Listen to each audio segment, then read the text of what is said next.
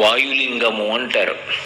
వాయువుగా పరమశివుడు అందించేటటువంటి అద్భుతమైనటువంటి విభూతులు ఏ ఉంటాయో ఆ విభూతులన్నీ కూడా ఒక రూపాన్ని దాలిస్తే అదే వాయులింగము అని పిలుస్తారు.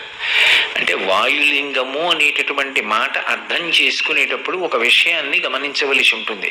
ఇప్పుడు నా కంటికి కనపడకుండా ఒక వ్యక్తి నాకు ఎన్నో ఉపకారాలు చేస్తూ వస్తున్నాడు అనుకోండి, ఏదో ఒక సందర్భంలో అసలు నేను బ్రతకడానికి కారణమే ఆయన, అన్ని ఉపకారాలు నాకు చేస్తున్నాడు అని నాకు తెలిసిందనుకోండి, ఇన్ని ఉపకారాలు చేస్తున్నటువంటి వాణ్ణి కంటితో చూడకపోయినా, ఆయన ఎవరో నాకు తెలియకపోయినా, ఆయన నా రూపం ఎలా ఉంటుంది అన్న దాని గురించి నాకు ఏ అవగాహన లేకపోయినా, ఆయన గురించి ఆలోచించేటప్పటికి నా మనసులో ఆనందం పెళ్ళుబుకుతుంది, సంతోషం వ్యక్తమవుతుంది. మహానుభావుడు ఇన్ని ఉపకారాలు చేశాడు, ఆయన లేకపోతే నా బ్రతుకు ఎక్కడదంటాను. ఒకవేళ ఆయన్ని చూడాలనేటటువంటి కుతూహలం మనసులో కించిత్ కూడా కలగలేదనుకోండి, అది ఖచ్చితంగా దోషభూయిష్టం కాదు. అన్ని ఉపకారాలు చేసిన వాడిని ఒక్కసారి చూడాలనేటటువంటి భావన కలగకుండా అసలు ఎలా ఉంటుంది? అలా ఉండదు. అది మనుష్య జీవితానికి సాధ్యం కాదు. అలా ఎవరికైనా అనిపిస్తే, అన్ని ఉపకారాలు చేస్తే మాత్రం ఆయన పెద్ద చూసేది ఏమిట్లే అనిపిస్తే, అసలు అది మనుష్య జన్మే కాదు. అంత కృతజ్ఞతా లక్షణంతో ఎవరు ఉండరు.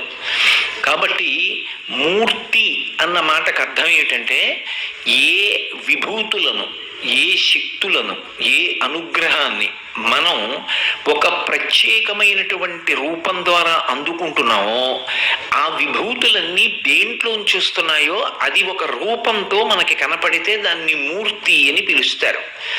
ఇప్పుడు మీకు తేలిగ్గా అర్థం అవడానికి నేను ఒక మాట చెప్తున్నాను. ఏదో శ్రీభాష్యం అప్పలాచార్య స్వామి వారి రామాయణం అని మీరు విన్నారనుకోండి, ఆయన్ని మీరు చూడలేదు, కానీ ఆయన ఉపన్యాసాన్ని ఏదో సాంకేతిక పరిజ్ఞానం ద్వారా ఆయన వాణి ఒక్కటే వినపడుతూ ఉంటుంది, ఆయన చెప్పిన రామాయణం వినపడుతూ ఉంటుంది. విని విని విని విని విని విని మీకు కలిగే కోరిక ఏమిటి కలుగుతుంది? ఒక్కసారి ఆయన్ని చూడాలనిపిస్తుంది. ఇప్పుడు మీ మనసుని తేజోవంతం చేసింది, మీకు ఎంతో సంతోషం కల్పించింది, ఎవరి మాట వలన మీ జీవితంలో మార్పే వచ్చిందో, భగవంతుని వైపుకి తిరిగారో, అటువంటి శక్తి ఏ వాక్కుకున్నదో ఆ వాక్కు ఏ శరీరంలోంచి వస్తోందో ఆ మూర్తిని, అంటే ఆయనని, ఆయన రూపాన్ని, ఆయన శరీరాన్ని దర్శనం చేయడం మూర్తిని చూడటము అంటారు. వాయువు ఎన్ని విభూతులను మనకు అనుగ్రహిస్తోందో అది మూర్తివంతమై ఒక చోట కనపడితే అదే వాయులింగము అని పిలుస్తారు. అప్పుడు అసలు ముందు వాయువుగా మనకి అందుతున్నటువంటి ప్రయోజనము మనసులో ఒకసారి స్మరణలోకి వస్తే ఆ మూర్తిని చూడాలనేటటువంటి ఆదుర్ధ మనకి కలుగుతుంది, ఆ ఆతృత మనలో కలుగుతుంది. ఏమిటి వాయువు వలన ఉపకారం అంటే, వాయువు 10గా విడివడుతుంది. ఒక్కసారి నేను అన్నాను అనుకోండి, లోపలికి ఒక్కసారి వెళ్ళినటువంటి వాయువు ఈ శరీరాన్ని పరిపాలనం చేస్తుంది. పరిపాలనం చెయ్యడానికి 10గా విడిపోతుంది. దీన్నే శ్రీరామాయణం ఉత్తరకాండలో చెప్తారు. స్వామి హనుమ యొక్క అవతార ఆవిర్భావ సమయంలో వాయువు గురించి చెప్తూ ఒక మాట అంటారు. వాయువుకి శరీరం ఉండదు, శరీరం లేకపోయినా సరే వాయుశ్చరతిపాలయన్, అది అందరి శరీరములలోకి ప్రవేశించి పరిపాలన చేస్తుంది. వాయువుకు ఒక శరీరం ఏదైనా ఉంటే అది ముక్కు కన్నంలోంచి ఎలా పెడుతుంది? నా ముక్కు కన్నంలోకి సరిపోయేంత రూపము అంటే ఇంత ముక్కు కన్నం లేని ప్రాణులు కొన్ని ఉంటాయిగా, అందులోకి ఎలా పడతాడు, ఎలా పెడతాడు? అందుకే వాయు అశరీరేషు, ఆయనకి శరీరం లేదు, కానీ వాయు చరతి పాలయన్, ఆయన శరీరాల్లోకి వెళ్ళి సమస్త శరీరములను పరిపాలన చేస్తాడు. అలా పరిపాలన చేస్తాడు. ఆయనకి ఒక చిరునామా ఉండదు, ఇక్కడ ఉంటాడు అనడానికి అవకాశం లేదు, అంతటా ఉంటాడు. అంతటా లేడనుకోండి అసలు ప్రాణిజాతము బ్రతకదు, అంతటా నిండి నిబిడీకృతమై ఉంటుంది వాయువు. అలా ఉండేటటువంటి వాయువు ఒక్కసారి ఉచ్ఛ్వాస అంటారు, లోపలికి పీల్చారనుకోండి, పరిపాలన చెయ్యడం కోసం 10 రూపాలు పొందుతాడు. దాన్నే ప్రాణ అపాన వ్యాన ఉదాన సమాన నాగ కూర్మ కృకర ధనంజయ దేవదత్తములు అంటారు. ఈ 10 పేర్లతో విడిపడతాడు. ప్రాణ అన్నప్పుడు హృదయస్థానమునందు నిలబడతాడు. గుండె దగ్గరికి వెళ్ళి నిలబడి ఉన్నాడు అనడానికి కారణభూతులు అవుతాడు. శివం అంటారు. అందుకే భవతి అని సంస్కృతంలో ఒక మాట. భవతి అంటే మంగళప్రదత్వం, అదే శివ. ఎక్కడైనా శుభం, శోభనం, మంగళం, కళ్యాణం, తేజస్సు ఇవన్నీ కూడా శివశబ్దము చేత ప్రతిపాదింపబడతాయి. నాకు శివుడు అక్కర్లేదంటే ఇవేం అక్కర్లేదని గుర్తు. కాబట్టి ఒక్కసారి ఊపిరి పీలిస్తే ఇక్కడికి వెళ్ళి నిలబడి హృదయస్థానమునందు ఆ హృదయ స్పందనము ఆగిపోకుండా ఆయుర్దాయకారకంగా నిలబడేటటువంటి వాడెవరో ఆయనని ప్రాణము అంటారు. ఆ ప్రాణముగా ఆయన గుండెల యందు నిలబడతాడు. అది ఆయనకి స్థానం, హృదయస్థానం. అక్కడ ఆయన ఎంతసేపు నిలబడుతూ ఉంటాడో అంతసేపు కూడా గంట మోగుతుంది అని చెప్తారు. అనాహతము, అనాహతము అంటే ఒకరి చేత కొట్టబడేది కాదు, ఒకరి చేత ఆపబడేది కాదు. దేవాలయానికి ఒక నియమం ఉంటుంది. దేవాలయం తలుపులు మూసేశారనుకోండి, ఏకాంత సేవ అయిపోయింది. తలుపులు మూసేస్తే వెళ్ళిపోకూడదు. దేవాలయంలో దేవాలయానికి సంబంధించిన గంట ఏది ఉంటుందో ఆ గంటకి తాడు ఉంటుంది. ఆ తాడుతో లాగి స్తంభానికి కట్టేసి వెళ్ళిపోవాలి. ఎందుకంటే ఒకసారి దేవాలయం తలుపులు మూసిన తరువాత ఇక దేవాలయం గంట మోగకూడదు. మళ్ళీ ఎప్పుడు గంట మోగుతుందంటే లోపల ఏకాంత సేవ చేశారు మీరు, అది భక్తికి పరాకాష్ఠ. ఆయన ఏకాంత సేవలో ఉన్నాడు. మంగళప్రదమైన చప్పుడు చేస్తారు. మనిషి నిద్రపోతున్నాడు అనుకోండి, మంగళప్రదమైన సంకేతం చెప్తారు. ఏదో నిద్ర లేవండం లేపకూడదు, ఏదో ఒక భగవత్ సంబంధం చెప్పాలి. తూర్పున సూర్యోదయం అయిపోతోంది, భగవానుడు సూర్యుడిగా వచ్చేసిన తరువాత లేస్తే కృతజ్ఞత కదూ, లేచి నమస్కారం పెట్టాలి కదూ, లేవండి అని భగవంతుని యొక్క అనుబంధం చెప్పి నిద్రలేపుతారు. అందుకే రామాయణంలో విశ్వామిత్రుడు కూడా రాముణ్ణి నిద్రలేపితే కౌసల్యా సుప్రజా రామ పూర్వా సంధ్యా ప్రవర్తతే ఉత్తిష్ట నరశార్దూల కర్తవ్యం దైవమాన్నికం. సంధ్యావందనం చేయాలి కాబట్టి రామ నిద్రలే అని నిద్రలేపుతాడు. దేవాలయంలో ఏకాంత సేవ అయిపోతే గంట తాడు కట్టాలి. తాడు వేసి స్తంభానికి కట్టేస్తారంటే ఇక ఆ గంట పొరపాటున కూడా ఎవరు కొట్టడానికి ఉండదు. ఎవరో తెలియక ఎక్కడో ఉండిపోయారు అనుకోండి, ఉండిపోతే వాళ్ళ గంట ఇక కొట్టకూడదు ఏకాంత సేవ అయితే. మళ్ళీ ఎప్పుడు మరునాడు దేవాలయం తలుపులు తెరవడానికి ముందు ఏం చేస్తారంటే తాడు విప్పి ముందు గంట కొడతారు. గంట కొడితే గుర్తేమిటంటే, స్వామి తలుపు తీస్తున్నాం, ఏకాంత సేవ చేసి ఉన్నారు కదూ, మీరు పరాకు పొందండి, మేము తలుపు తీస్తున్నాం అని గుర్తు. గంట కొట్టి తలుపు తీయాలి, అది పద్ధతి. అనాహతము అంటే అది మనం తాడు పెట్టి కట్టేస్తాం. ఇక్కడ ఒక గంట మోగుతూ ఉంటుంది, అది ముందుకి వెనక్కి తగులుతుంది. విష్ణు ఆలయంలో అయితే గంట ముందుకి వెనక్కి కొడతారు. శివాలయంలో గంట ముందుకు కొట్టాలి తప్ప వెనక్కి కొట్టకూడదు, వెనక్కి తగలకూడదు గంట. ఒక్కొక్క ఆగమంలో ఒక్కొక్క నియమం ఉంటుంది. కాబట్టి ఇప్పుడు అనాహతము అంటే ఒకరి చేత ఆపబడేది కాదు, ఒకరి ప్రయత్నము చేత కొట్టబడునది కాదు. నేను కొట్టుకుందామంటే నా గుండెను పట్టుకుని కొట్టించలేను. లబ్ ముందుకు కొట్టుకుంటుంది, డబ్ వెనక్కి కొట్టుకుంటుంది. ఇది ఎన్నాళ్ళు కొట్టుకుంటుంది అంటే అని నేను అన్నప్పుడు ఆయన ప్రాణముగా వెళ్ళి ఇక్కడ నించుంటాడు. నించుని అంటే లబ్, మళ్ళీ బయటికి వచ్చేటప్పుడు ఇలా అని వస్తాడు నిశ్వాస, మళ్ళీ ఒకసారి డబ్ లబ్ డబ్. ఇలా ఈ గంట ఎంతసేపు కొట్టుకుంటుందో అనాహతము, అది నా చేత ఆగదు. చాలా బడలిపోయానండి ఈ మధ్య, అసలు ఎడా తెరిపి లేదు. అన్ని ఊళ్ళు వెళ్ళి అన్ని ప్రవచనాలు చేశాను, 4 రోజులు ఎవరిని కలవను, ఏ ప్రవచనం చేయను, ఇంటి పట్టును విశ్రాంతిగా ఉంటాను, ఏదో జపం చేసుకుంటాను అన్నాను అనుకోండి, నా ఇష్టం. గుండె ఎన్నాళ్ళ నుంచి కొట్టుకుంటున్నావు, ఓ 2 రోజులు విశ్రాంతి తీసుకో అంటే అదేం ఆగదు. గుండె చాలా పెద్ద శుభకార్యం ఉంది ఆగకే అంటే అది ఆగకుండా ఉండదు. అనాహతము నా ప్రయత్నము చేత కొట్టబడదు, నా ప్రయత్నము చేత ఆగదు. కాబట్టి ఆయన ఎంతసేపు అక్కడికి వెళ్ళి ఇలా ఇలా అంటాడో అంతసేపు లబ్ డబ్ లబ్ డబ్. ఆయన లోపలికి వెళ్ళి ఇలా అనకుండా వెళ్ళిపోయాడు అనుకోండి, లబ్ తర్వాత డబ్ లేదు. ఆయన డబ్కి అంగీకరించి లబ్కి అంగీకరించలేదు అనుకోండి, లేదు. కాబట్టి ఎక్కడ మృత్యు ఉంటుందంటే ఉచ్ఛ్వాస నిశ్వాసల యందే ఉంటుంది. ఇప్పుడు ఆ ప్రాణముగా ఉండి పరిపాలన చేసేవాడు ఆయుర్దాయాన్ని ఇచ్చినప్పుడు ఈశ్వరుడు ఊపిరిల సంఖ్యతో ఇస్తాడు. ఇన్ని ఊపిరిలు ఈ శరీరం తీయవచ్చు అని అంగీకరిస్తాడు. అది ఎవరు లెక్క పెడతారంటే ప్రాణముగా ఉండి ఆయన లెక్క పెట్టుకుంటూ ఉంటాడు. చిత్రంగా శరీరం లేకుండా ఉండి గుప్తంగా లెక్క పెడతాడు కాబట్టి ఆయనే చిత్రగుప్తుడు. అందుకే కాంచీపురంలో చిత్రగుప్తుడికి దేవాలయం. అన్నీ కర్మసాక్షిగా ఇక్కడ ఉండి నమోదు చేస్తూ ఉంటాడు చేసినటువంటి పనులన్నీ. కాబట్టి ఇప్పుడు ప్రాణస్థానముగా అసలు ఉన్నాడు, ఉన్నది, భవతి అంటారు. యావత్ పవనో నివసతి దేహే తావత్ పృచ్చతి కుశలంగేహే గతవతి వాయౌ దేహాపాయే భార్యా బిభ్యతి తస్మిన్ కాయే అంటారు శంకర్లు. ఎంతకాలం ఊపిరి తీసి విడిచిపెడుతున్నాడో అంతకాలమే బాగున్నారా బాగున్నారా అని అడుగుతారు. ఒక్కసారి అది కానీ ఆగిపోయింది అనుకోండి, భార్య కూడా ఆయన శరీరం అంటుంది తప్ప ఇంట్లోకి తీసుకెళ్లదు. ఇన్నేళ్ల నుంచి కలిసి పడుకున్నారు, పట్టుకుని పడుకున్నావు కదమ్మా అంటే అంగీకరించదు, వీధిలో పడుకోబెట్టేయమంటుంది. భార్య బిభ్యతి, భయపడుతుంది. ఆయన కాదు, ఆయన శరీరం అది ప్రేతం అంటుంది. కాబట్టి ఒక మనిషి గౌరవం అంతా దేని మీద ఉంది అంటే ఆ ప్రాణము మీద ఉన్నది. ఆ ప్రాణముగా హృదయ స్థానమునందు నిలబడేటటువంటి వాయుస్వరూపంగా ఉండేవాడు శంకరుడు అని.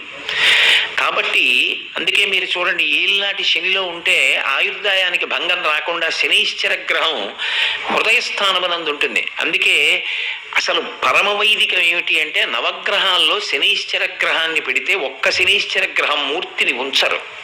ముందు శివలింగాన్ని ఉంచుతారు. ముందు చిన్న శివలింగాన్ని ఉంచి ఆ శివలింగానికి అభిషేకం చేస్తారు. దాని చేత శనీశ్వర గ్రహం ప్రీతి పొందుతుంది. ఎందుకంటే గ్రహానికి తనంత తాను ఈశ్వర శక్తి లేదు, అది తనంత తాను అనుగ్రహించదు. అందుకే తెలియక శనీశ్వరుడు అంటారు. ఈశ్వర శబ్దం గ్రహానికి అన్వయం లేదు. శనీశ్వరుడు, శనైహి శనైహి చరహ, మెల్లమెల్లగా కదులుతాడు కాబట్టి మిగిలిన గ్రహాల్లా తొందరగా కదలడు కాబట్టి శనైశ్చరుడు. కానీ గ్రహాన్ని శాసించేవాడు ఎవరు అంటే శంకరుడు. నువ్వు ఈ ఫలితమును ఇవ్వవద్దు అని ఆప్ చేస్తాడు గ్రహాన్ని. అందుకే నవగ్రహాలు ఆయనకి కవచం. శ్రీకాళహస్తిలో కవచంగా కట్టుకుంటాడు నవగ్రహాల్ని. కాబట్టి ఆ శనీశ్వర గ్రహం కూడా ఎవరి మాటకి కట్టుబడుతుంది అంటే శివుని యొక్క మాటకి కట్టుబడిపోతుంది. అందుకే తైలాభిషేకం చేయవలసి వస్తే శనీశ్వరమూర్తికి కన్నా శనీశ్వరమూర్తి ముందున్నటువంటి శివలింగానికి చేస్తారు. గుంటూరులో సంపత్ నగర్ అని ఒక ప్రాంతం, అక్కడ శృంగగిరి వారి మఠానికి సంబంధించినటువంటి ఒక గొప్ప దేవాలయ ప్రాంగణం ఉంది. అద్భుతంగా నిర్వహిస్తారు. అందులో నవగ్రహ దేవాలయం ఉంది. ఆ నవగ్రహ దేవాలయాన్ని రూపకల్పన చేసిన వారు, ప్రతిష్ఠ చేసిన వారు అపర శివావతారులు, కామకోటి పీఠాధిపత్యం వహించిన మహాపురుషులు చంద్రశేఖరేంద్ర సరస్వతి మహాస్వామి వారు. శనీశ్వర గ్రహాన్ని ఉంచితే దాని దగ్గర శివలింగాన్ని ఉంచారు ఆయన. అక్కడ చెయ్యాలి అభిషేకం. ఆ శివలింగానికి అభిషేకం చేస్తే శనీశ్వర గ్రహాన్ని శాసిస్తాడు. నువ్వు ఈ ఫలితముని ఇవ్వవద్దు, ఈ జాతకుని విషయంలో నువ్వు ఉదారంగా ప్రవర్తించు, ఆయన శాసనానికి ఒడంబడతాడు. కాబట్టి హృదయస్థానమునందు ఆయుర్దాయము నిర్ణయింపబడి ఉంటుంది. ఆ హృదయం కొట్టుకుందా ఆయుర్దాయం? హృదయమే కొట్టుకోలేదు, ఇక మిగిలిన వాటికి చికిత్స చేసే ఉపయోగం ఏముంది? ఏ ఉపయోగం లేదు. కాబట్టి ప్రాణముగా భవతి ఉన్నాడు శివం, అది లేదు. శవం, శివం శవం మధ్యలో ఆ మంగళప్రదత్వాన్ని వాయువుగా నిర్ణయించేవాడెవరు అంటే హృదయస్థానమునందు ప్రాణవాయువుగా నిలబడేటటువంటి పరమేశ్వరుడు. కాబట్టి మొదటిది ప్రాణముగా నిలబడతాడు. రెండవది ఈ శరీరాన్ని పోషించాలి. ఇది మర్త్యలోకం. మర్త్యలోకంలో కలియుగంలో ఒక లక్షణం ఉంటుంది. ఏమిటా లక్షణం అంటే అన్నగత ప్రాణులు అంటారు. ఎంతకాలము అన్నము తింటాడో అంతకాలమే శరీరం ఉంటుంది. అన్న ద్వేషం పుట్టిందనుకోండి, అన్నం చూస్తే అసహ్యం పుట్టిందనుకోండి, అది మృత్యువులకు సంకేతం. అన్నద్వేషం కలగకూడదు. అన్నము ఎంతకాలము తింటాడో అంతకాలము జీవితం కొనసాగుతుంది. ఆ అన్నమే ఆఖరికి శరీరాన్ని తింటుంది, అది వేరు విషయం అనుకోండి. కానీ తిన్న అన్నానికి ఓ లక్షణం ఉంటుంది, అందులో పిప్పి మిగిలిపోతుంది. ఇప్పుడు ఆ పిప్పి ఏమవుతుందంటే భగవంతుడు ఏర్పాటు చేసినటువంటి శరీర వ్యాపార నిర్వహణ ప్రక్రియ యందు శరీరము యొక్క అధోభాగానికి చేరుకుంటుంది. ఈ చేరుకున్నటువంటి పిప్పి గుదస్థానము నుండి క్రిందకి వెళ్ళిపోవాలి. అది చాలా తేలికగా వెళ్ళిపోవాలి. అందులో కానీ తేడా వచ్చిందనుకోండి నరకం అనుభవించేస్తాడు మనుష్యుడు. అసలు శరీరాలు నిలబడవు. మీరు దేవీ భాగవతం చదివితే దేవీ భాగవతంలో ఒక రాసకన్య చేసినటువంటి దోషానికి ఆగ్రహించి ఋషి ఆ రాజ్యంలో ఉన్న ప్రాణులందరి యొక్క మూత్రస్థానము మలస్థానమును బంధించాడు. ఎవ్వరికీ కూడా మూత్రస్థానం నుంచి మలస్థానం నుంచి పదార్థము బయటికి వెళ్ళదు అన్నాడు. గిజగిజలాడిపోయే ప్రాణులన్నీ. లోపల శేషం బయటికి వెళ్ళకపోతే తట్టుకోలేడు జీవి.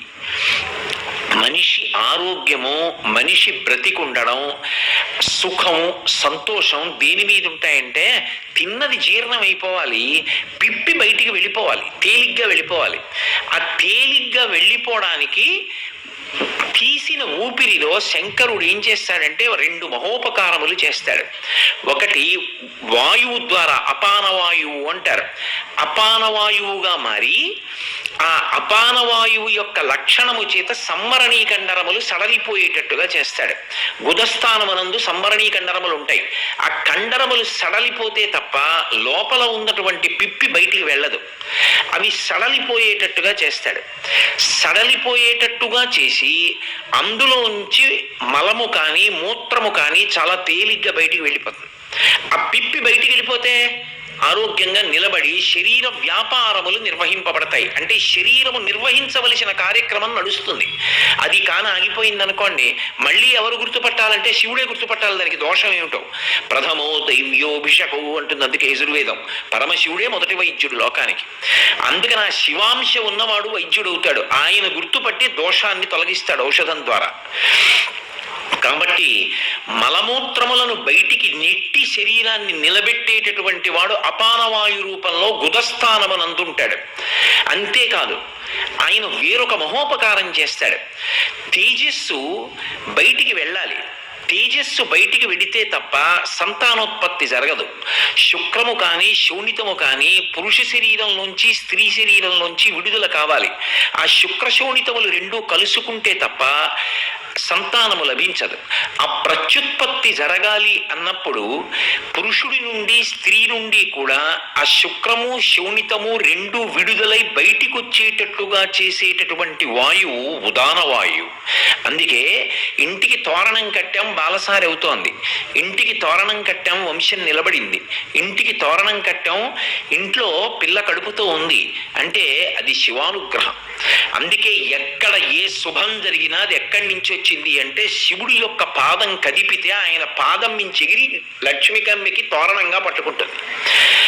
ఆయన అనుగ్రహము లేనిదే ఏ శుభము కలగదు. అందుకే ఆయనకి శంకరుడు అని పేరు. శం కరోతి ఇది శంకర.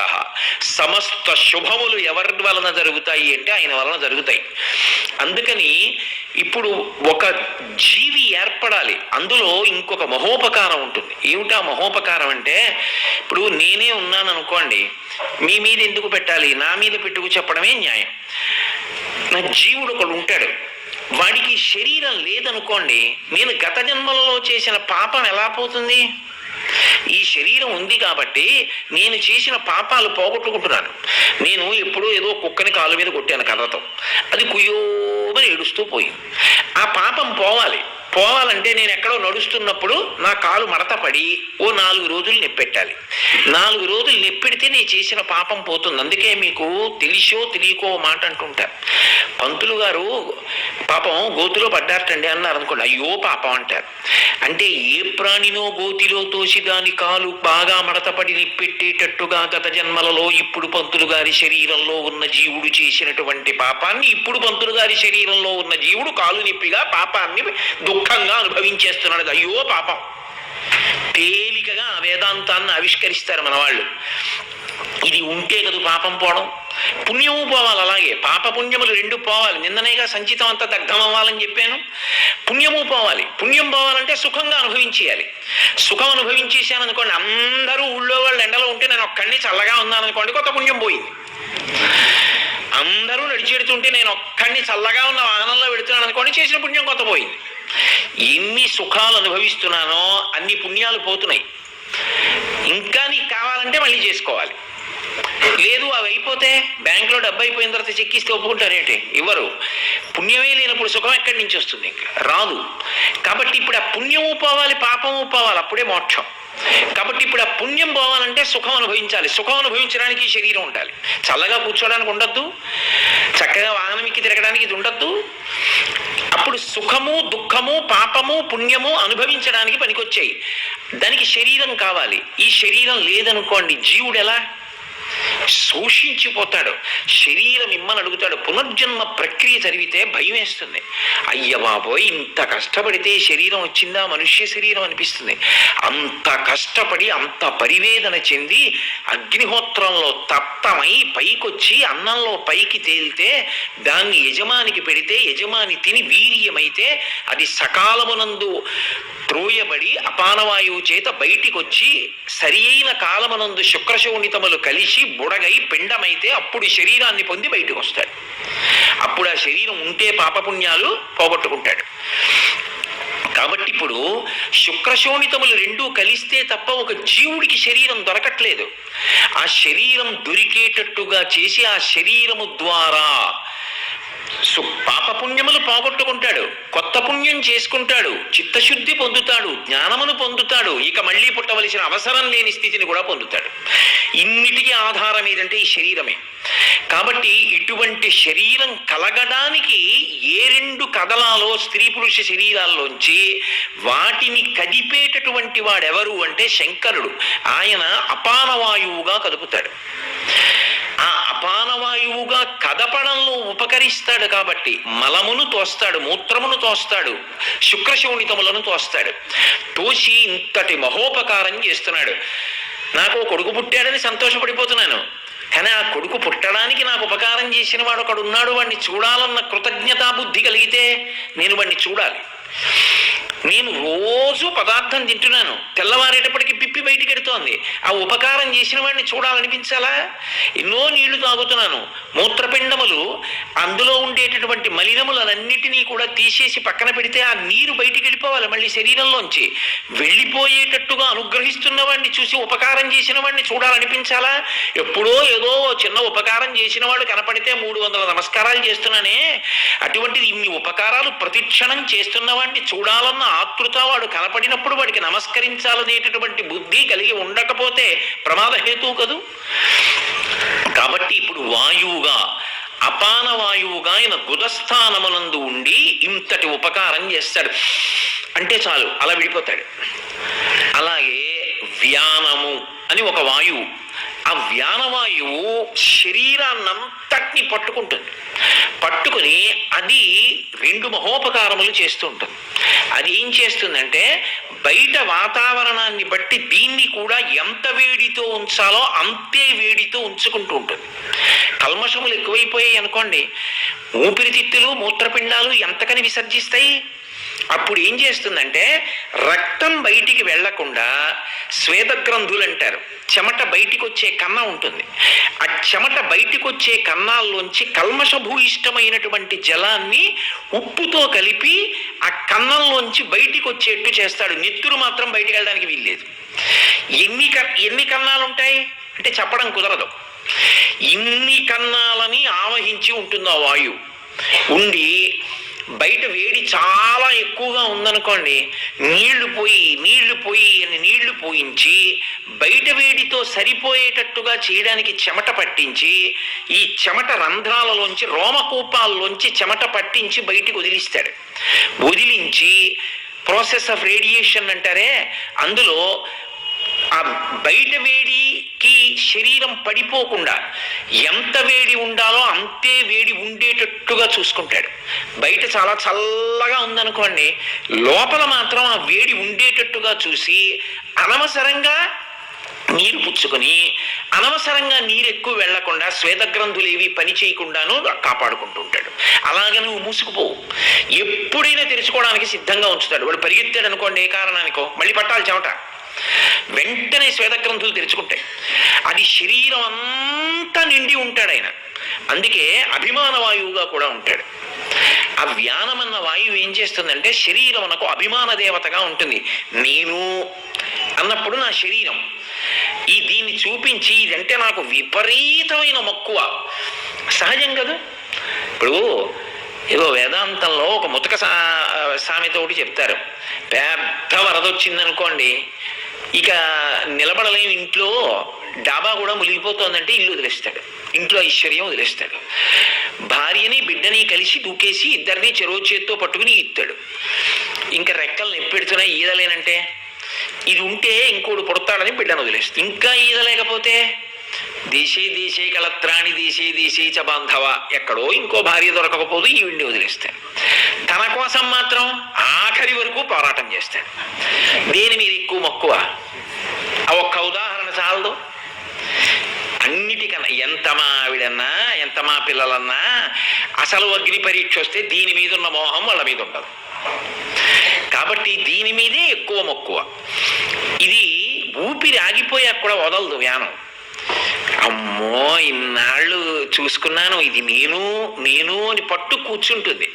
అప్పుడు ఆనంద హోమం చేస్తాడు శ్మశానంలో కొడుకు. చేసి, పిచ్చి నాన్న ఉన్నావుగా చాలా కాలం, జర్జరీభూతం అయిపోలా, రోగగ్రస్తం అయిపోలా, ఇంకా ఉంటే ఎందుకు పనికొస్తావు? ఏం చేసుకుంటారు నాన్నగారండి, దీంతో వదిలిపెట్టేయండి. పరమేశ్వరుడు మీకు వేరొక శరీరం ఇస్తాడు, అందులోకి వెళ్ళిపోండి. వెళ్ళిపోయి మళ్ళీ బలంతో పుణ్యకార్యాలు చెయ్యండి. మీరు పితృస్థానంలో ఉండి జ్ఞాతులందరినీ ఆశీర్వచనం చేయండి అంటారు. అందుకే జ్ఞాతులందరూ పెడతారు, అన్నదమ్ముల బిడ్డలందరూ పెడతారు. వాళ్ళు పితృస్థానంలో ఉండి వాళ్ళందరికీ ఆశీర్వచనం చేస్తారు. అక్కడ కూడా కొట్టుకు చచ్చిపోకూడదు జ్ఞాతులు, పరమ ప్రేమతో ప్రవర్తించాలి. అలా ఇది నాది అన్న అభిమానంతో ఉంటాడు. శిథిలమైపోయిన ఇల్లోటి ఉంటుంది, కానీ ఇది ఫలానా వారికి చెందినది అని అక్కడ ఒక ఫలకం తగిలిస్తారు, ఎవరో దాన్ని ఆక్రమించేయకుండా. అలా నాది అన్న అభిమానం పెంచుకుని నిలబడుతున్న వాయువు, అది కర్త అంటే తనూభవుడు. కొడుకు చేసిన హోమానికి వదిలిపెట్టి వెళ్ళిపోతుంది. దాన్ని వ్యానవాయువు అంటారు. దానికి స్థానం లేదు. ప్రాణవాయువుకు హృదయ స్థానం, అపానవాయువుకు గుదస్థానం, వ్యానవాయువు మాత్రం శరీరం అంతా నిండి ఉంటుంది. అది అలాగే ఉదానము అని ఒక వాయువు, అది మహోపకారం చేస్తుంటుంది. ఏమిటది చేసే మహోపకారం అంటే, అసలు మనుష్య ప్రాణికి ఇవ్వబడినటువంటి ఒక పరమాద్భుతమైనటువంటి పరికరం ద్వారా మాట బయటికి వచ్చేట్టు చేసే వాయువే ఉదాన వాయువు. అది కింద నుంచి పైకి ఎక్కుతుంది, మూలాధార చక్రం దగ్గర నుంచి పైకెడుతుంది. పైకి వెళ్ళి ఈ నోటి గుండా మాట రావాలి కదూ, స్వరపేటిక దగ్గరికి వచ్చి నాకు ఒక భావన వచ్చిందనుకోండి ఇది మాట్లాడదామని, ఆ భావన స్వరపేటికకి తగిలి రాపిడి చెందుతుంది. రాపిడి చెందితే అది తగిలింది అంటారు, ఆహతం. అందుకే మీరు శబ్దము యొక్క ఉత్పత్తి యందు చూడండి, రెండు కలిసి ఉరిపిడి పడకపోతే పుట్టదు శబ్దం. వయలిన్ అన్నాను అనుకోండి, రెండు రాపాడిస్తే వస్తుంది. వీణ గోటితో మీటి పెనగితే వస్తుంది. వేణువు ఊది కన్నంలోంచి బయటికి వచ్చి ఉరిపిడి చెందితే వస్తుంది. మాట గాలి స్వరపేటిక ఉరిపిడి చెందితే వస్తుంది. శంఖము గాలి శంఖంలోకి ఊది ఉరిపిడి చెందితే వస్తుంది. శబ్దోత్పత్తి యందు రెండు కలిసి ఒకదానితో ఒకటి ఉరిపిడి చెందుతాయి, దాని చేత ఉత్పత్తి అవుతుంది. అలా ఉరిపిడి చెందడానికి పైనుంచి కిందకెడితే వాయువు ఉత్పత్తి అవ్వదు. అందుకే మీరు చూడండి, ఊపిరి పీలుస్తూ మాట్లాడండి అన్నారు అనుకోండి, మాట్లాడలేరు. నేను మాట్లాడేటప్పుడు మధ్య మధ్యలో చిన్న విరామం ఉంటుంది, కానీ అది మీకు ఉపన్యాసంలాగే ఉంటుంది. అది దేనికి అంటే, నేను ఊపిరి తీసుకుంటూ ఉంటాను. తీసుకోకుండా ఎలా? నేను తీసుకున్న ఊపిరినే వాక్కుగా మళ్ళీ మార్చి వ్యయం చేస్తాను అన్నప్పుడు కిందకెడుతుంది. వాక్కుగా వచ్చేటప్పుడు పైకి ఎక్కుతుంది. మూలాధార చక్రం దగ్గర నుంచి పైకి వచ్చి స్వరపేటిక యందు ఆఘాతమవుతుంది, కొట్టుకుంటుంది. కొట్టుకున్నప్పుడు ఏమవుతుందంటే, నాలుక నర్తించి ఎక్కడెక్కడెక్కడెక్కడ తగులుతోందో అప్పుడు వర్ణ సముదాయమై అక్షరములై, అక్షరములు పదములై, పదములు వాక్యములై నాలోంచి బయటికి వచ్చి ఆకాశమునందు శబ్దగుణకమై ప్రయాణం చేసి చెవులకుండా మీలోకి వెళ్ళి నాలోని భావన మీలోని భావన ఒకటై సభాభ్య సభాపతిభ్యశ్చవో నమో నమో. అది యజుర్వేదం. రుద్రాధ్యాయం తెల్లవారితే అభిషేకం చేస్తాం కదా, సభాపతి సభ ఒక్కటవుతాయి. నా అభిప్రాయం మీ అభిప్రాయం అవుతుంది. ఓ ఈయన ఇది చెప్పారు, మీరు గుర్తించి సంతోషిస్తారు. సభాపతి శివస్వరూపం, సభ శివస్వరూపం. రెండు శివుళ్ళు ఒక్క శివుడు అయిపోతున్నాయి. దేని చేత? శబ్దము చేత. కాబట్టి అలా శబ్దమును ఉత్పత్తి చేస్తాడు, దాని చేత తరించిపోతాడు. అందుకే శబ్ద బ్రహ్మమయీ చరాచరమయీ జ్యోతిర్మయీ వాంగ్మయీ, కదలికల చేత వచ్చేవన్నీ అమ్మవారు. ఆ కదిలితే తప్ప శబ్దం రాదు. కదిలినంతసేపు ధర్మం అమ్మవారు, కదలికలు లేకుండా మౌనంలో అనుభవిస్తే శివం. ఇప్పుడు ఆ వాయు రూపంలో, ఉదాన వాయు రూపంలో స్వరపేటిక నుండి వాగ్రూపంగా పైకొస్తాడు. నేను రామా అన్నాననుకోండి, ఆ 2 అక్షరాలు పలికినందుకు నా పాపరాశి ధ్వంసం అవుతోంది. నమ్మకం ఉండి పలికితే, అంటే నా ఉద్దేశం పాపాలు చేస్తుండడం రామనామం చెప్పండి అని కాదు నేను ప్రతిపాదిస్తున్నది. అయ్యయ్యో తెలియక చేశానే, ఇంక చెయ్యకూడదని పశ్చాత్తాపం పొంది అన్నది అందులో అంతర్లీనం. అంతేగాని అన్నమాట ఒకటి పట్టుకోమని కాదు నా ఉద్దేశం. కాబట్టి ఒక భగవన్నామం పలకడానికి నాకు స్వరపేటికైన ఆధారం, ఓ మంచి మాట మాట్లాడాలంటే స్వరపేటికైన ఆధారం, నాకు తెలిసిన విషయం ప్రతిపాదించాలంటే స్వరపేటికైన ఆధారం, ఆ స్వరపేటికలోంచి మాట రావాలంటే వాయుతో అది ఘర్షణ పొందాలి. అది కింద నుంచి పైకెక్కుతుంది, పైకెక్కి స్వరపేటికకి తగిలి వాక్కుగా పైకొస్తోంది. అది కంఠమునందు నిలబడుతుంది ఉదానమన్న వాయువు. అందుకే మీరు చూడండి, ఇక్కడ మాట్లాడుతున్నప్పుడు ఇలా వేలు కానీ ఏదైనా పెడితే మీకు ఒక రకమైనటువంటి ప్రకంపన తగులుతుంది. అది ఎందుకు తగులుతుంది అంటే, మీరు మాట్లాడడం ఆపి వేలుంచండి, ప్రకంపన ఉన్నది. ఇప్పుడు చేయకండి, ఇంటికి వెళ్ళి చేసుకోండి. ఇలా పెట్టారనుకోండి, ప్రకంపన తగులుతుంది. అంటే అది వాయువుతో స్వరపేటిక ఘర్షణ పొందుతోంది.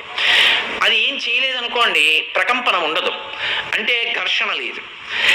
అది అలా వాగ్రూపంగా మారేటటువంటి అనుగ్రహాన్ని ఇచ్చి ఇన్ని మాటలు మాట్లాడి ప్రశాంతత పొందుతున్నామండి. ఆ మాటలు మాట్లాడే పాపం కూడా మూట కట్టుకుంటాం.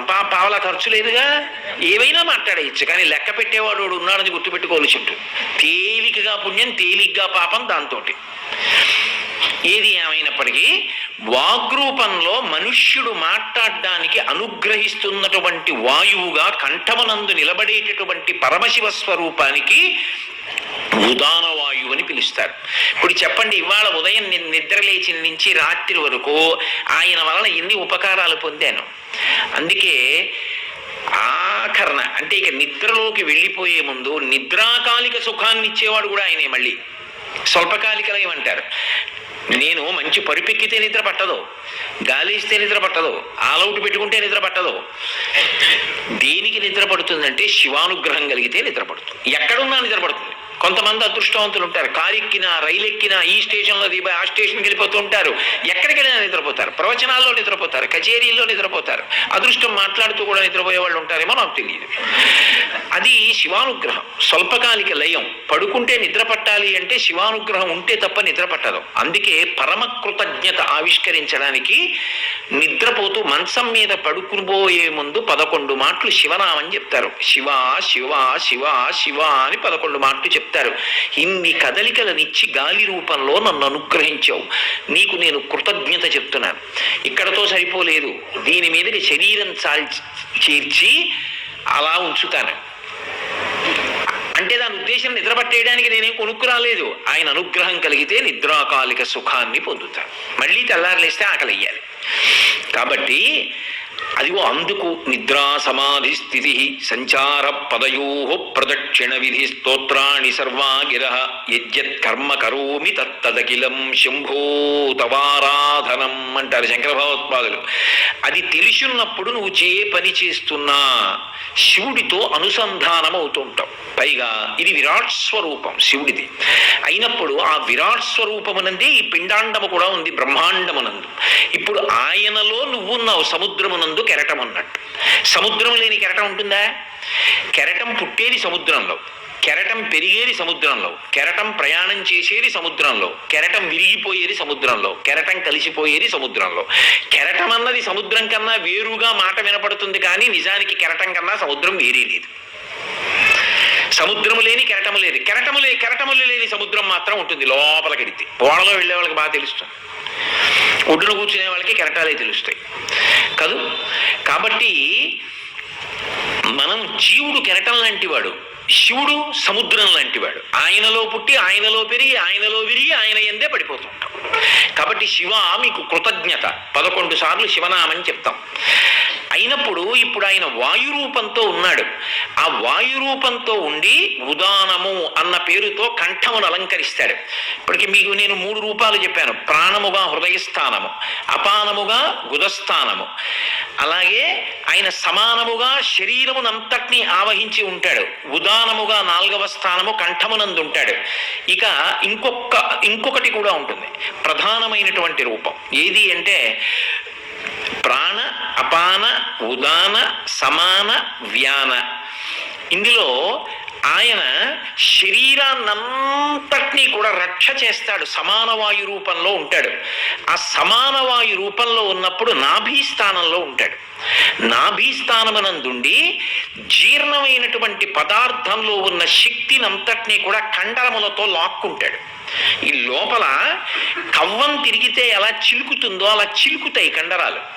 చిలికిన తరువాత అందులోంచి శక్తితో కూడుకున్నటువంటి పదార్థం, ముఖ్యమైనటువంటి పదార్థం, శక్తినిచ్చేది తేలుతుంది. దాన్ని లాక్కుంటాయి ఆ కండరాలు. లాక్కుని ఇక్కడ పెట్టుకోదు, శరీరానికి అంతటికీ కూడా శక్తిని పంచుతుంది. అలా ఈ శక్తినంతటినీ పంపిణీ చేసేటటువంటి వాడిగా, తిన్న ఆహారములో ఉన్నటువంటి శక్తిని లాక్కునేవాడిగా నాభీస్థానమునందు వాయు రూపంలో కూర్చుంటాడు. అలా కూర్చున్న వాడిని సమానము అని పిలుస్తారు. రెండవ ఉపకారం ఇంకొకటి ఉంటుంది, అనుషంగిక ప్రయోజనం అంటారు. అది ఏ ప్రయోజనం చేస్తాడంటే, శరీరం పెరుగుతున్నప్పుడు పెరుగుతున్నవి ఏవేవి ఎలా పెరగాలో అలాగే పెరిగేటట్టు చూస్తాడు. సమానము అన్న మాటలో అర్థం అది. గోళ్ళు ఉన్నాయనుకోండి, ఒక గోరే పెరిగి మిగిలిన గోళ్ళు పెరగకపోతే వ్యాధి. అన్ని గోళ్ళు పెరగాలి. వెంట్రుకలు ఉన్నాయనుకోండి, అన్ని వెంట్రుకలు పెరగాలి. మళ్ళీ వెంట్రుకలలో కొన్ని వెంట్రుకలు పెరగకూడదు. ఈ వెంట్రుకలు పెరుగుతాయి. కను రెప్పకి చివర కొన్ని వెంట్రుకలు ఉంటాయి, అవి పెరగకూడదు. అవి పెరిగిపోయి జడలేసుకోవడాలు, పూలు పెట్టుకోవడాలు ఉండవు వాటికి. అవి అంతే, అలాగే ఉండాలి. అది కూడా ఏమి పరమేశ్వర అనుగ్రహం అండి. ఎక్కడ దర్శిస్తాం శివుణ్ణి? ఇక్కడ ఉన్నాడు ఆయన. కంటి రెప్ప చివర ఉండే వెంట్రుక ఇలా వాలదు. ఏదో శ్రీశైలంలో నీటిని విడుదల చేస్తే ఇలా పడి ఇలా లేస్తుందే, అలా ఇలా ఉంటుంది. అది ఇప్పుడు మనం కొత్తగా తీగ కంచె వేసి రక్షిస్తున్నాం అంటాం. అది మొట్టమొదట శివుడు పెట్టిన ప్రక్రియ. కను రెప్ప ఇలా మూసి పడుకున్నాను అనుకోండి, నిద్రపోతే ఇలా అడ్డొచ్చి ఇలా లేచి నిలబడి ఉంటాయి. వైర్ ఫెన్సింగ్ వేశారంటారు, అందులోంచి ఏది కూడా దాటి కంటి లోపలికి ఇక ప్రవేశించడానికి వీలు లేదు. ఎందుకంటే అది సర్వేంద్రియాణం నయనం ప్రధానం, అంత రక్షణ కవచం పెట్టాడు ఆయన. ఆ వెంట్రుకలు పెరగడానికి వీలు లేదు. ఈ వెంట్రుకలు సమానంగా పెరగాలి, గోళ్ళు సమానంగా పెరగాలి, చేతులు సమానంగా పెరగాలి, కాళ్ళు సమానంగా పెరగాలి. ఏవేవి ఎలా పెరగాలో అలాగే పెరిగేటట్టు అన్ని అవయవములకు సమానంగా శక్తిని పంపిణీ చేయాలి.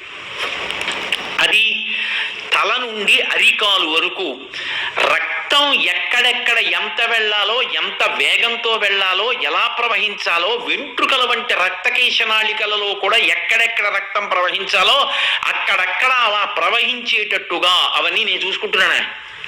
వీధిలో విషయాలన్నీ చూస్తాను కానీ అవన్నీ చూసుకుంటూ ఉంటాడు.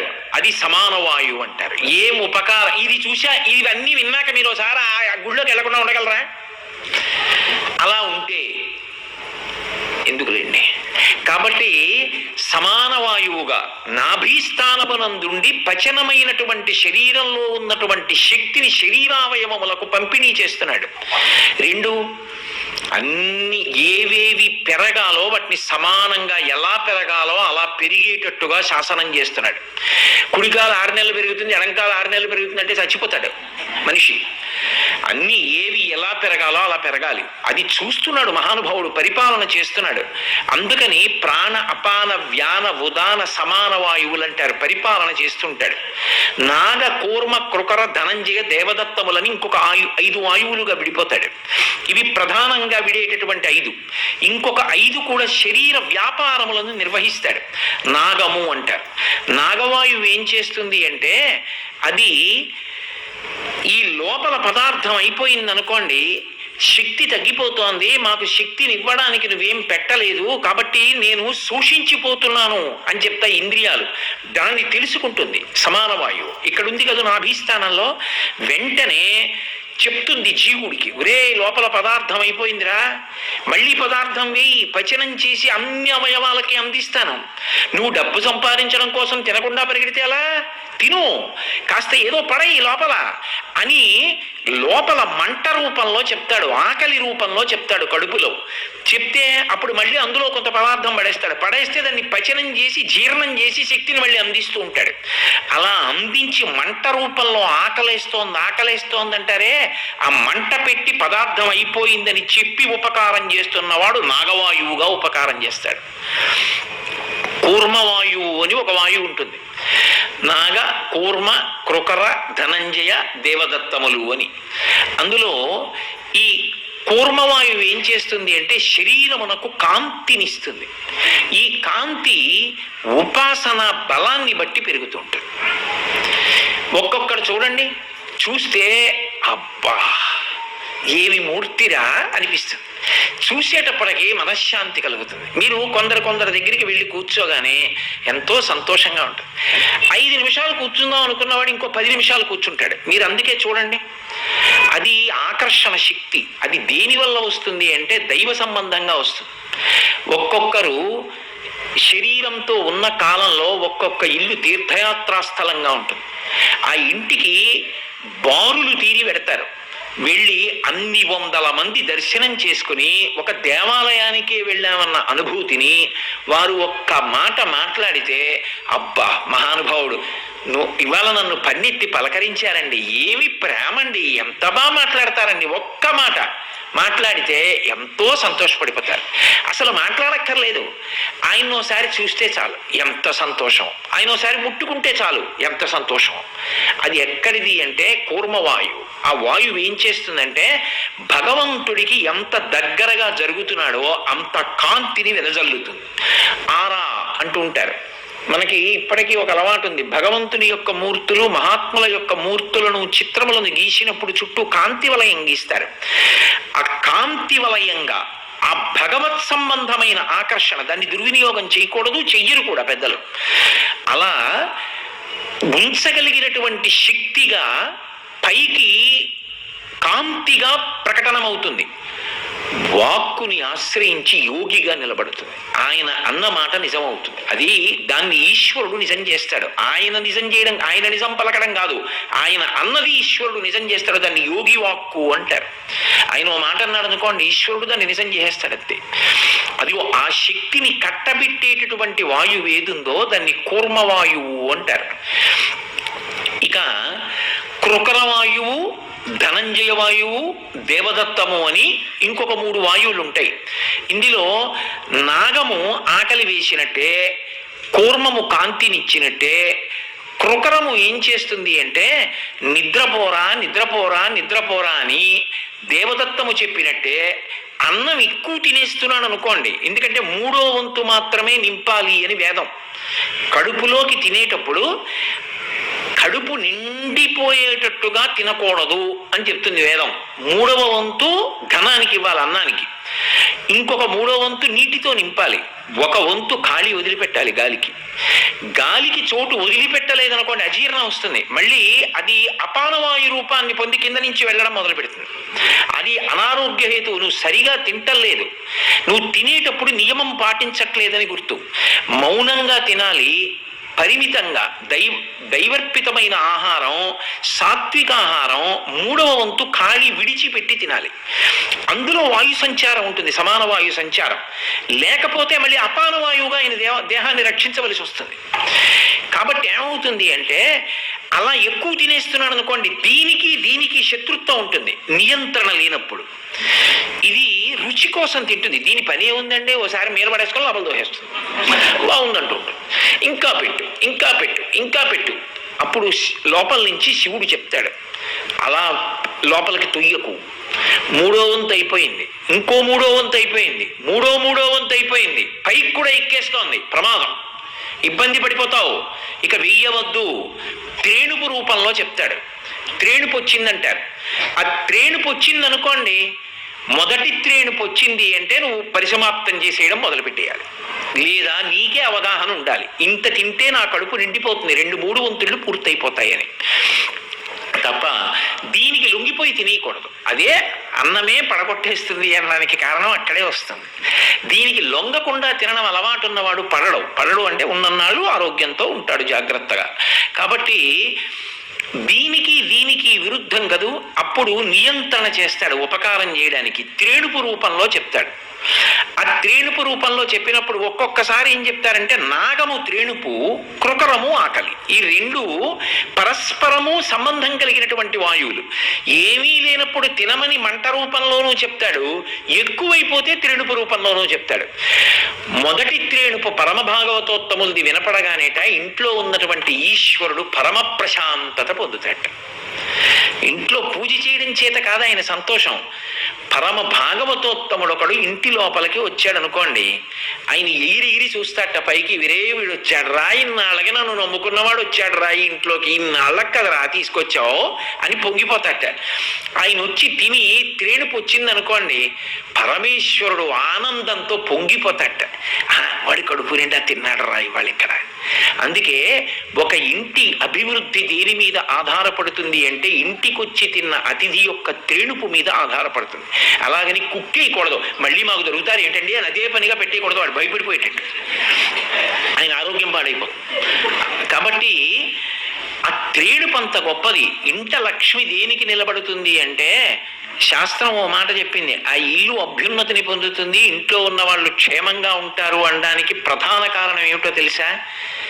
మా ఇంట్లో కాళ్ళు కడిగారంటారు. అన్నం తిని వెళ్ళిపోవడం కాదు, కాళ్ళు కడుక్కోవాలి. భోజనం చేసిన తర్వాత ఇంట్లో కాళ్ళు కడిగి వెళ్ళాలి.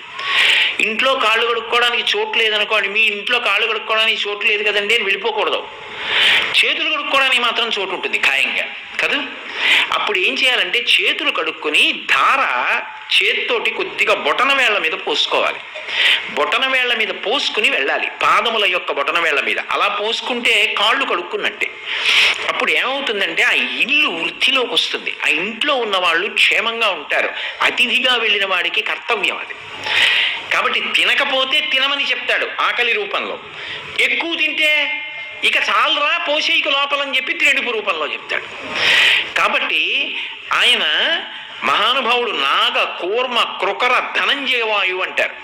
ధనంజయ వాయువు మన విషయంలో చేసేటటువంటి ఉపకారం అంత అవసరం ఉండదు ఆయనకి. ఎందుకని అంటే మనుష్యులకు అంత్యేష్టి సంస్కారం చేస్తారు, అది 16 సంస్కారాల్లో చిట్ట చివరి సంస్కారం. మొట్టమొదటి కొన్ని పుట్టక ముందు జరుగుతాయి, గర్భ సంస్కారములని చెప్పి సీమంతోన్నయనము మొదలైనటువంటివి. అసలు ఏ సంస్కారము, గర్భ సంస్కారములు ఏవి అవసరం లేదు. ఎప్పుడంటే శ్రీరామాయణం సంపూర్ణంగా వింటే, కడుపుతో ఉన్నప్పుడు మొత్తం గర్భ సంస్కారాలన్నీ చేసేసినట్టే. ఒక్క రామాయణం వింటే చాలు, అంత గొప్పది రామాయణం.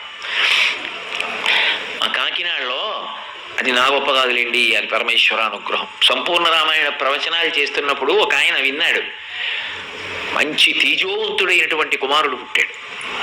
ఆయనే వచ్చి చెప్పాడు, మా గురువు గారి దగ్గరికి వెళ్ళానండి, మా ఆవిడికి సీమంతం చేస్తానని. ఒరే రామాయణం జరుగుతోంది కదరా, సంపూర్ణ రామాయణం మీరు, దానికి మించిన గర్భ సంస్కారం లేదు, అన్ని సంస్కారములు చేసేసినట్టే అని చెప్పారు గురుగారు. ఆయన మంచి శాస్త్రం చదువుకున్న పండితుడైన వాళ్ళ గురువు గారు.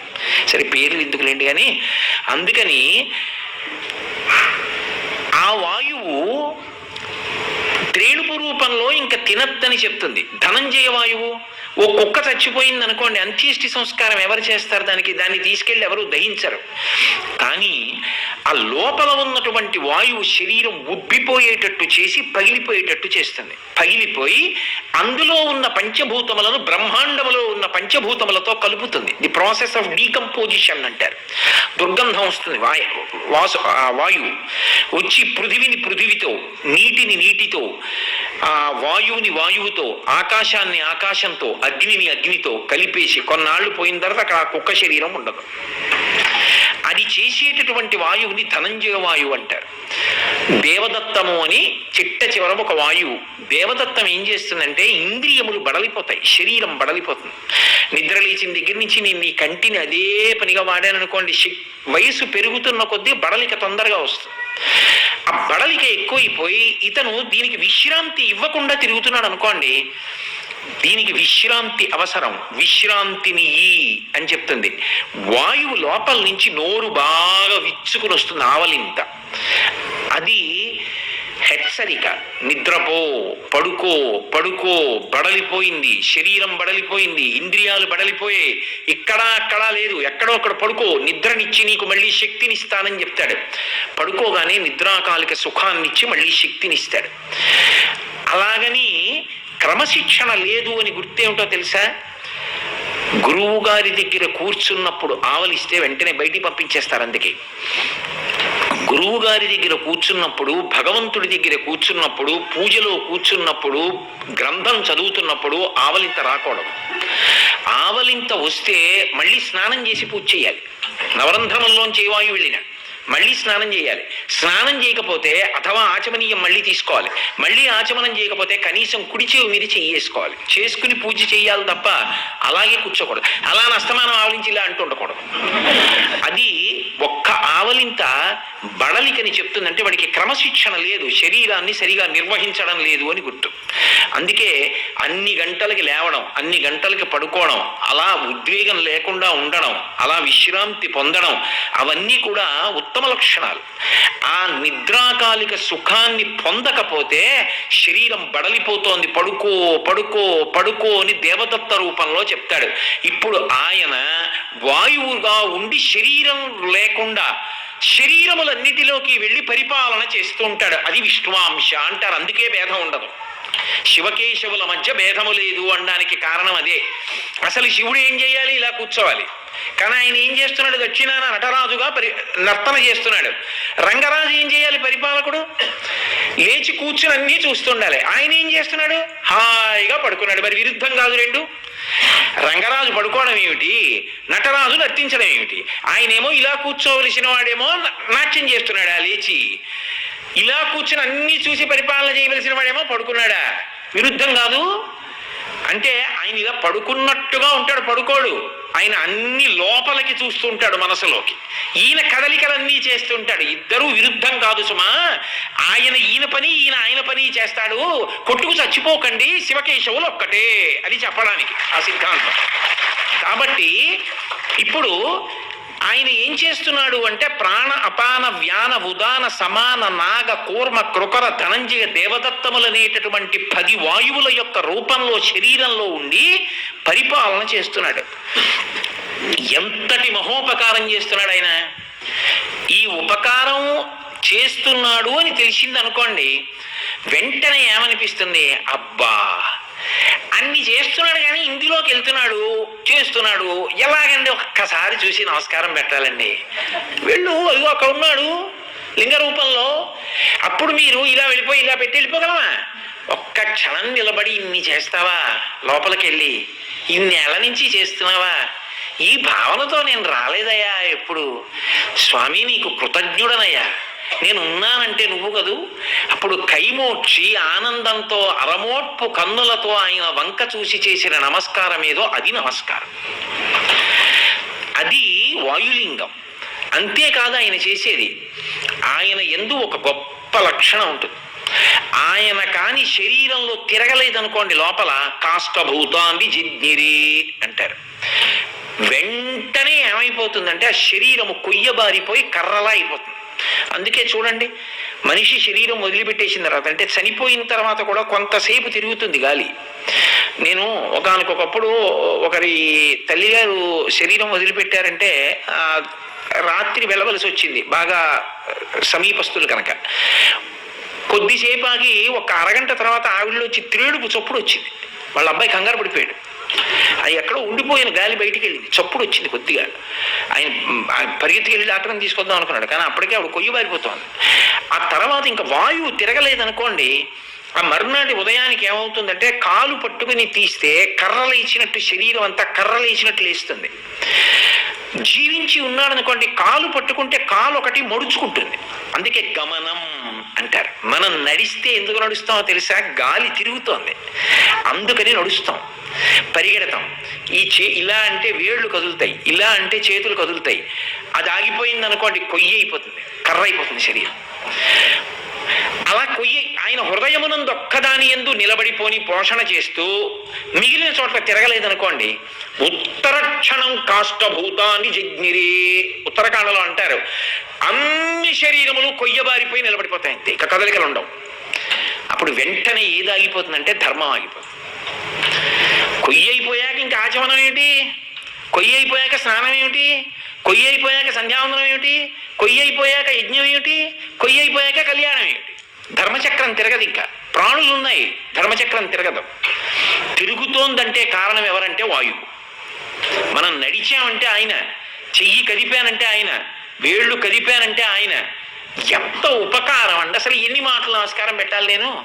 ఇన్ని కదలికలకు ఆయన్ని వాడుకుంటున్నాను. ఇలా అనడానికి ఆయన్ని వాడుకోకపోతే అంతకన్నా దారుణం ఉందా ఇంకా జీవితంలో? కాబట్టి అదిగో అది వాయులింగం. అందుకే ఆయన లోపలికి వెళ్ళి ఇన్ని మహోపకారములు చేస్తూ ఉంటాడు. ఇంతే అనుకుంటే పొరపాటు. ఇంతకన్నా ఒక పెద్ద ఉపకారం ఒకటి చేస్తాడు. ఏమిటి ఆ ఉపకారం అంటే, ఆయన మీరు ఎలా ఉన్నారన్నది మీకు చెప్తూ ఉంటాడు. దాన్ని గమనిస్తే చాలు, చెప్పేస్తాడు. సరే, ఇప్పుడు నేను అంత లోతుగా వెళితే మిగిలిన రోజులన్నీ కూడా దానికి పడతాయి. హంసజపం అంటారు. దాని మీద దృష్టి పెడితే ఒక ముక్కులోంచి వెళ్ళేది ఇంకో ముక్కులోకి వెడుతుంది. అప్పుడు గమనించలేడు ఇంకా యోగ సిద్ధిలో. శంకరాచార్యులు వారు సౌందర్యలహరిలో చేశారు ఆ శ్లోకం ఒకటి. సౌనాసా వంశస్తు హినగిరి వంశధ్వజపటి అంటారు, యోగ సంబంధమైనటువంటి శ్లోకం. అందులో శంకరుడు ఏం చేస్తుంటాడంటే, నేను చాలా కోపంగా ఉన్నాను అనుకోండి, చాలా కోపం వచ్చేసింది ఎవరి మీద, శరీరం ఊగిపోయి అది రొప్పుతాను, అంత వేగంగా ఊపిరెడుతుంది. అంటే అవతల వాడు నవ్వుతున్నాడు అనుకోండి, నేను కోపడుతుంటే అన్ని అరగంట సేపు తిట్టేశాక సర్వం శ్రీ ఉమామహేశ్వర బ్రహ్మార్పణమస్తు అని వెళ్ళిపోయాడు నవ్వుకుంటూ. నేనేమైపోయాను, వాడికి బుద్ధి ఉందిరా, ఇవి తిరిగితే అలా అంటే రేటాడు, ఇంకో అరగంట తిడతాను. తిట్టడంలో బాగా ఊపిరి తీసేస్తాను. ఇప్పుడు నా ఊపిరిల సంఖ్య తగ్గిపోయిందా నేను బతికుండే కాలం? తన కోపమే తన శత్రువు. ఇప్పుడు తన ఆయుర్దాయం తను పోగొట్టేసుకుంటున్నాడు. అవతలవాడి మాట దేవుడు. కాబట్టి నువ్వు అనవసరంగా ఆయుర్దాయం పోగొట్టేసుకుంటున్నావు. ఊపిరి బాగా వేగంగా తీయించడం ద్వారా చెప్పేస్తాడు ఆయన. 2, ఊపిరి ఒక వేగంతో వెళ్ళి ఒక వేగంతోటే వస్తుంది అనుకోండి, అలవాటు పడిన వేగంతో మనసు నిలబడదు. మనసు దేని మీద నిలబడుతుంది అంటే వాయువుని ఆధారం చేసుకుని కదులుతుంది. అది నేను ఊపిరి, అందుకే కోపం వస్తే బాగా తీస్తాడు, కామం బాగా విజృంభించినప్పుడు బాగా తీస్తాడు, మనసు కదిలిపోతుంటుంది. మనసు నిలబెడితే తప్ప పూజ పూర్తవు. నేను పాదయోహ పాద్యం సమర్పయామి, హస్తయోహ అర్ఘ్యం సమర్పయామి, ఆయన ఏం పెంచాడు కాదు అవన్నీ పుచ్చుకోవడానికి. పాదయోహ పాద్యం సమర్పయామి అంటే నీకు ఆయన పాదములు మనసులో కనపడితే, నువ్వు ఇలా వేసినటువంటి నీళ్లు ఆయన పాదముల మించి కారణం నీకు కనపడింది నిజమైతే, ఆ తడివి అలా వదిలేయవు. ఉత్తరీయంతో ఒక్కసారి ఇలా అంటావు, కనీసం మనసులోనైనా. అంటే ఆ పాదాలు తుడిచావు. నేను మీ ఇంటికి వచ్చాను అనుకోండి, నేనంటే మీకు ఎంతో భక్తి అనుకోండి, మీరు నా కాళ్ళ మీద చెంబుతో నీళ్లు పోసి వెళ్ళిపోతారా? వద్దు అన్న వినరు. ఉత్తరీయంతో ఉండండి అని పాదాలు తుడుస్తారు. అంటే అది పరమ భక్తి, ప్రేమ, అది అనుషంగికం. అలా ఒకటి చేసి రెండవది మానరు, అది ప్రేమతో చేసే పని. ఈశ్వరుడి విషయంలో అంత తొందరగా ఎందుకు చెప్తావు ఉపచారం? అసలు నీ మనసు ఎక్కడ నిలబడిందని గుర్తు. ఆచమనీయం సమర్పయామి అంటాడు, నువ్వు చెయ్యి. 3 మాటలు చెయ్యాలంటే ఎంతసేపు పడుతుంది? ఆయనకి పట్టదా? ఎందుకని అంత గబగబా చేస్తావు పూజ? అంటే అసలు మనసు అక్కడ లేదని గుర్తు. మనసు అక్కడ ఉన్నది అంటే ఉపచారం ఒకలా వెడుతుంది. ఈ మనసు అక్కడ ఉండాలి అంటే అది తొందరగా కదలకూడదు. తొందరగా కదలకూడదు అంటే వాయువు తొందరగా లోపలికి వచ్చి బయటికి వెళ్ళకూడదు. వెళ్ళకూడదంటే నియంత్రణ చేస్తారు, దాన్ని అదుపులోకి తీసుకొస్తారు. అందుకని పూజకి ప్రారంభంలో ప్రాణాయామం చేస్తారు. అందుకే చూడండి, పూజ మొదలు పెట్టే ముందు ప్రాణాయామం అని ముక్కు పట్టుకోవడం ప్రాణాయామం కాదు.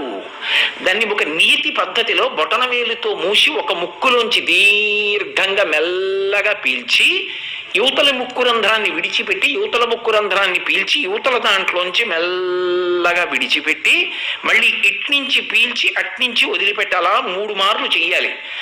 ఆ వేగంతో వేగాన్ని నియంత్రిస్తే మనసు కూడా గబగబా కదులుతున్నది, మెల్లిగా ఊపు తగ్గిపోయి నిలబడుతుంది. నిలబడగానే మీ చెప్పు చేతల్లోకి వస్తుంది. పరిగెడుతున్న ఎద్దుని ముందు నిలబెడతాడు రౌతు. నిలబెడితే గుర్రాన్ని నిలబెడితే లొంగుతుంది. అప్పుడు దాని మీదకి ఎక్కుతాడు. ముందు మనస్సుని నియంత్రిస్తారు ప్రాణాయామంతో. అప్పుడు చెప్పు చేతల్లోకి వచ్చాక పట్టుకుని చూడు ఈశ్వర పాదములను అంటే అప్పుడు చూస్తుంది మనసుతో. అందుకే భగవంతుడు అంటాడు, నువ్వు చేసే లొల్లి పూజ నాకు అక్కర్లా. పూజ ఎప్పుడు అవుతుందంటే మనసు అక్కడ ఉంటే అవుతుంది. మనసు అక్కడ పెట్టకుండా చేసిన దాన్ని తంతువు అంటారు. అంటే పూజలా కనపడుతుంది కానీ పూజ కాదు, ఎందుకంటే ఆయన స్వీకరించడు దాన్ని.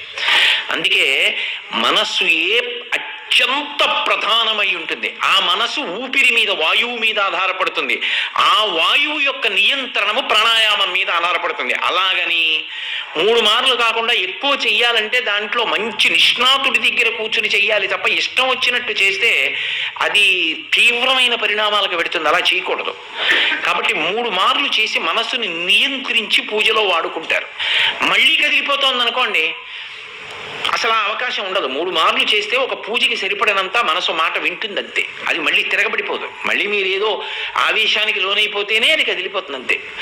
కాబట్టి ఊపిరిని నియంత్రించడం ద్వారా మనసుని నియంత్రించి భగవంతుని పాదముల యందు నిలబెడతాడు. నిలబెట్టి 3గా నిలబడి 1గా అయిపోతాడు. నిలబెట్టినవాడు, నిలబెడుతున్నది ధ్యానము. ఎవరి యందు నిలబెడుతున్నాడు? ముందు 3, ఆఖరికి 3 కలిపి 1 అయిపోతాయి.